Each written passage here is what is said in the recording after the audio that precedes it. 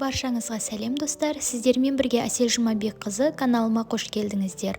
Бүгін сіздерге ауызда еритін, нәп-нәзік болып шығатын зебра пирогының өте қарапайым рецептін ұсынамын.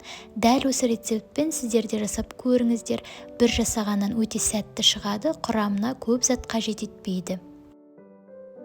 Ең алдымен бөлме температурасына жұмыртқаларымызды терең ыдысқа кезекпен-кезек жарып шығамыз, және одан кейін үстіне қантты қосып, жақсылап массамыз ұлғайғанша миксерлейтін боламыз.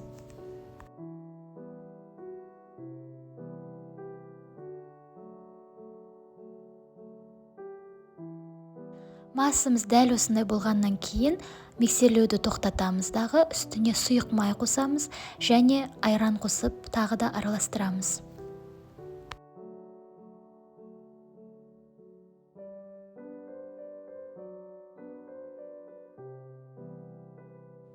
Кейін ас содасын қосып тағы да жақсылап араластырамыз.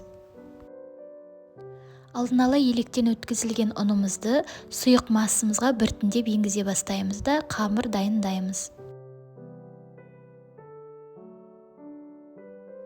Дайын болған қамырымызды екі бірдей ыдысқа тең бөліп құямыз. Видеода көрсетілгендей етіп екінші ыдысымызға какаоны електен өткізіп қосамыз. Өйткені қамырымыз түйіршіксіз біркелкі болып шығу қажет.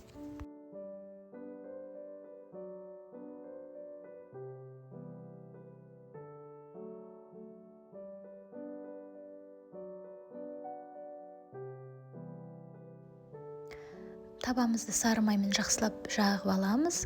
Одан кейін екі массамызды кезекпен-кезек екі ас қасықтан сала отырып, пирогымызды жинаймыз.